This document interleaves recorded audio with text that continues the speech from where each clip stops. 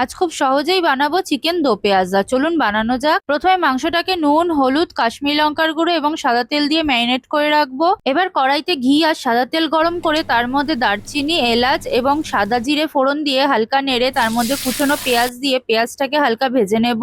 এবার এর মধ্যে আদা বাটা, রসুন বাটা, লঙ্কা বাটা, জিরের গুঁড়ো, ধনের গুঁড়ো, হলুদ গুঁড়ো, কাশ্মীরি লঙ্কার গুঁড়ো এবং পরিমাণ মতো নুন দিয়ে ভালো করে কষাবো। এবার এর মধ্যে টমেটো পেস্ট দিয়ে আবারও ভালো করে কষাবো। এবার আগের থেকে ফেটিয়ে রাখা টক দই দিয়ে কষাবো। এবার ম্যারিনেট করা মাংসগুলো দিয়ে দেবো, দিয়ে ভালো করে কিছুক্ষণ ধরে কষাবো। এবার পরিমাণ মতন জল দিয়ে ভালো করে নেড়ে ঢাকনা দিয়ে কিছুক্ষণ স্টিমে হতে দেবো। এবার একটা কড়াইতে ঘি দিয়ে তার মধ্যে অল্প মৌরি ফোড়ন দিয়ে তার মধ্যে পেঁয়াজ আর টমেটো দিয়ে পেঁয়াজ আর টমেটোটাকে হালকা নেড়ে নামিয়ে রেখে দেবো। এবার ঢাকনা খুলে দেখবো মাংসটা এতক্ষণে সেদ্ধ হয়ে গেছে। এবার ভেজে রাখা পেঁয়াজ আর টমেটো দিয়ে ভালো করে নেড়ে নিয়ে ওপর দিয়ে গরম মশলা গুঁড়ো এবং কসুরি মেথি ছড়িয়ে ভালো করে নেড়ে নিলেই রেডি চিকেন দো পেঁয়াজা।